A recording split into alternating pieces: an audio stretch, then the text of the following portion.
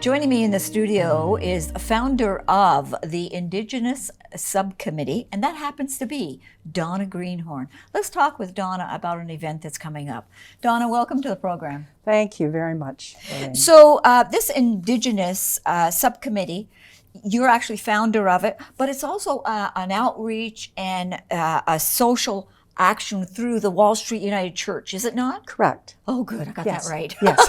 Yes. So what is it that's coming up, the event that you're going to be talking about today? What is it? Yes. Well, at the end of the month, on September the 30th, the federal government has called for a National Day for Truth and Reconciliation. Yes. So what we've been doing is to have the Sunday preceding that National Day at our church to do our own recognition of the National Day of Truth and Reconciliation. So that's going to happen on Sunday, September the 25th, this coming Sunday. And what I've done is invited a very special guest speaker. Okay. And he'll be coming to the sanctuary, and it will follow the worship service. And it will start at 10 a.m. in the morning. That's nice. Yes, and what he's going to do is make a presentation for about 70 minutes, and then he's going to open the floor for questions and answers. So it'll take about 20 minutes to do that. So in total, he will be presenting from 11 a.m. until 12:30 p.m. Okay. And during that time, he'll cover a number of topics which are very central to our understanding the truth about the history of Indigenous people in Canada. Yes. As well as the work of the Truth and Reconciliation Commission here as well. So the name of the gentleman is? The name of the gentleman is Jack Hoggarth. He is the cultural archivist for the Curve Lake First Nation Reserve. Oh, wow. And nice. He is a member of the Bear and Turtle clans. Mm-hmm, mm-hmm. And he'll be driving from Curve Lake on Sunday morning. He has a double major from Trent University in both Indigenous Studies as well as Anthropology. So he has a wealth of information about the topics he's going to cover. And I took a course from him last winter online from Curve Lake. And he devotes his time to researching the history, working in the archives for the Cultural Center, and then sharing that as an outreach program with other people. How did you find this speaker? I think this is awesome. Well, it was through there's a minister in the Eastern Ontario, East Central Ontario Regional Council. Yes. Who lives right near the Curve Lake First Nations Reserve. Okay. So he had invited Jack to do a course. It was a 12-hour course, 3-hour sessions over the winter time through Zoom. And so I signed up for the course, and that's how I got to meet Jack virtually. And I've met him in person since then at the Cultural Center.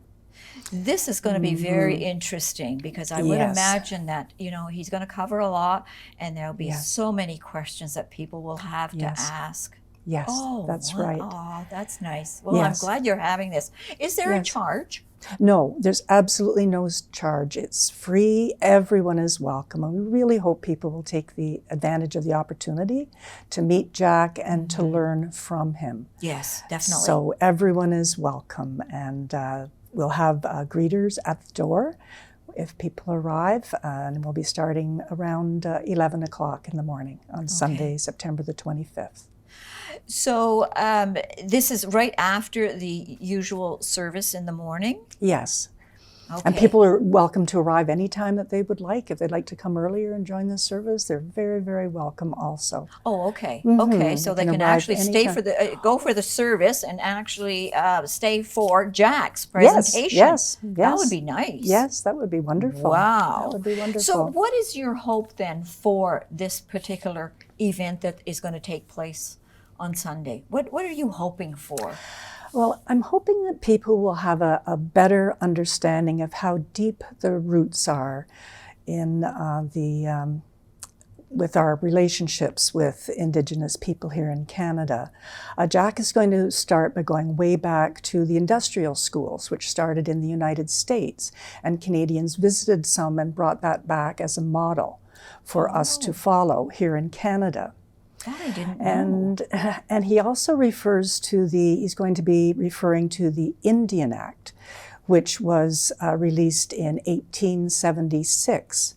And it lays the basis for the interactions between our federal government and Indigenous people living in Canada. So that goes way back to 1876.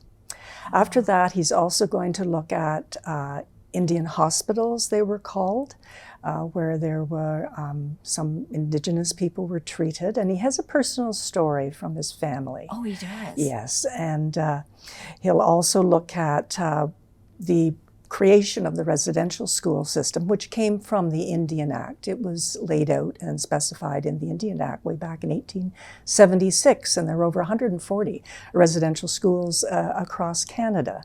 And Jack's family had some experiences, some personal experiences that he will share with us on that day. Aww. He'll also look at the 60 Scoop, which was a time when some Indigenous children were taken from their families and brought up in non-Indigenous households.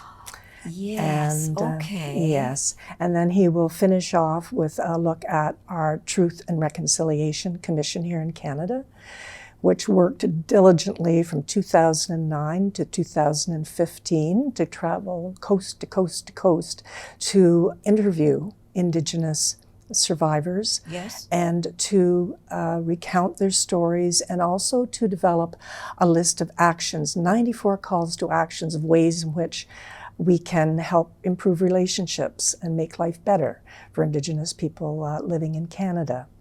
So Jack is a wonderful speaker in that he combines his personal experience and knowledge from his family with the historical context. Yes, what he so has it makes learned. him an excellent speaker. So I'm really hoping that people will have their eyes opened to the reality of what has happened, and perhaps have some thoughts about how they can personally help out in improving relationships. Yes. And the chair of the Truth and Reconciliation, the Honourable Murray Sinclair, has been quoted as saying that he thinks the biggest obstacle to reconciliation in Canada is that not enough non-Indigenous people have gotten involved.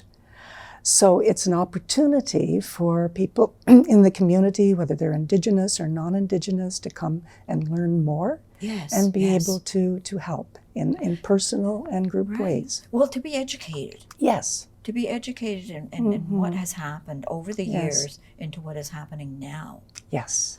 So That's correct. if people have questions or they want to talk to you before Sunday, how do they reach you? They can reach me through my phone number or through my email address. Okay. I'm very, very happy to receive questions, and if they have any, I'd be very happy to hear from them. Alrighty, so your email address is? greenej@ripnet.com. Telephone number, area code 613? Yes, 925-4182. Thank you, Donna, for sitting down with me this morning and talking about this. I wouldn't be a bit surprised if you have standing room. Oh, Yeah. thank you so much, Doreen. This is a topic that very timely. Yes. It's in the news, and I think it's about time that we educated ourselves as to what has happened in the past so that we know what to do going forward. Definitely. So thank you. Definitely. Okay, Thank you so much. I appreciate you coming in.